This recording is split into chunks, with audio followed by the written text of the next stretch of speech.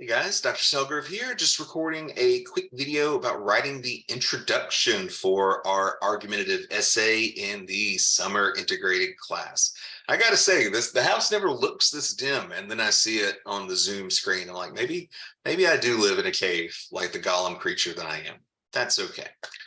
All right, so this is going to be probably deja vu all over again, because I'm pretty sure I said something exactly like this for the Essay 2 intro video, but the basic principles that go into writing a good essay have not changed, right? I said that from the very beginning, that we're trying to kind of teach you these blueprints, what goes into a good intro, for instance. It's like, all right, we have to have a title that makes the reader curious. We have to have a hook that gets the reader's attention. We have to have relevant background info to get them invested and informed about the issue.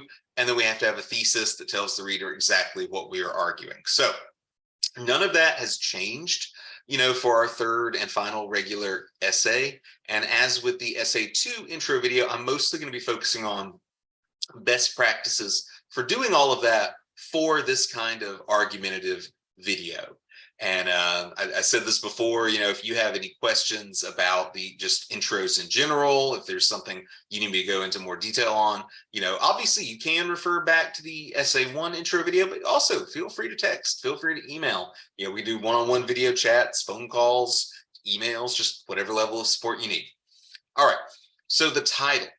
All right, so once again, we have to have a title that makes people curious. The thing that I've been referencing for a while now is like, imagine somebody scrolling through, there's hundreds of things they could click on per day, but they only click on a few of them. What do they click on? Something that sounds interesting, something that kind of makes them turn their head. It can be funny, can be dramatic, can be serious. The idea is just to stand out from the crowd. Now, with the argumentative essay, I always encourage people, you still want a title that can do all those things, to get that attention, to make somebody curious, to turn their heads. But ideally, it's also a title that helps to reinforce the position of your paper. So one of my favorite examples comes from one of our old Norton textbooks for Composition 1.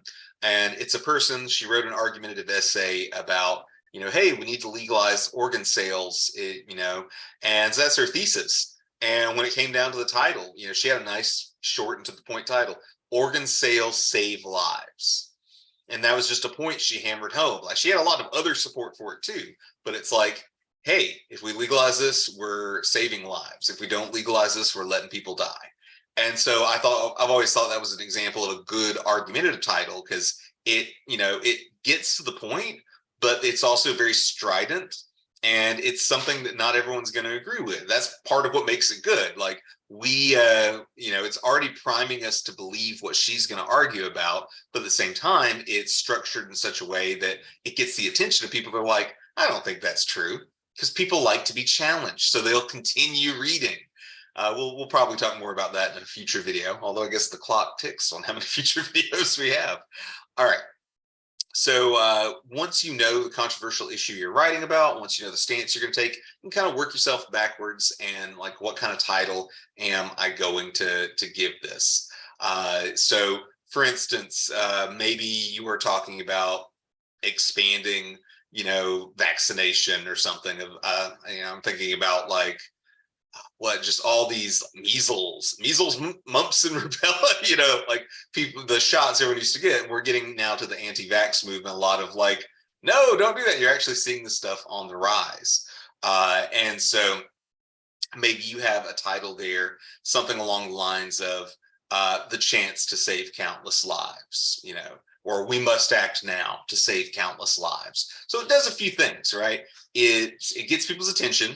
It lets them know it's a life and death scenario that we're talking about, but also we've talked about this before, titles and hooks, some of the only places you can get away with this. It's also just vague enough that somebody might want to read more about it. Like, now maybe our final chance, the final chance to save countless lives. And that's the title. Somebody's like, what's the chance? Yeah, I'm going to keep reading. I want to figure out what the hell they're talking about. That's how you get their attention. That's how you get them to start reading. All right, that segues us into the hook. The hook is how you get people to keep reading. we've talked about it before. It's a fishing metaphor. The idea that, you get them to take the bait and they're going to keep on keeping on reading. All right. So the hook, you don't have to do it this way, but I've mentioned before, my personal favorite hook technique is asking the reader a rhetorical question, some sort of what if you kind of thing. I like to do that because it makes my reader feel like they have some skin in the game. I'm talking about them.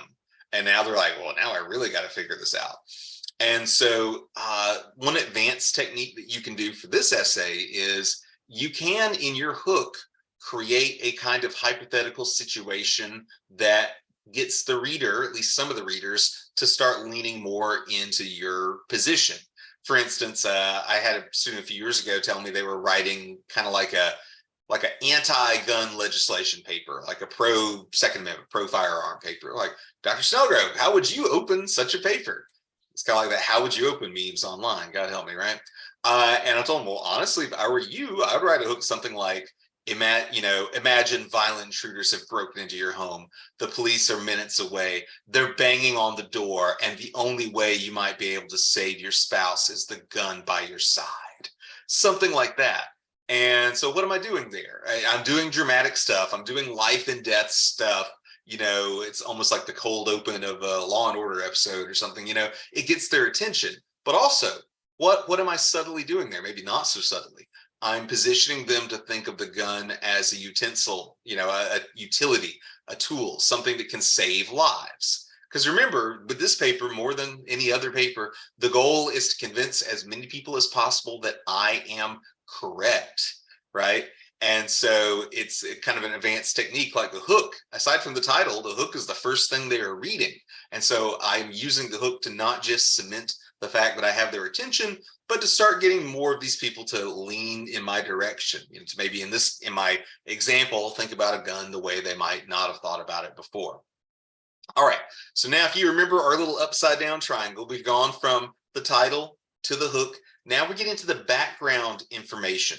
And I wanted to mention to you, this is something that I did not do in your previous essays for obvious reasons, but I wanted to make a citation requirement. This is our one and only mandatory research essay. So I wanted us to have some citations, at least one citation in the intro itself.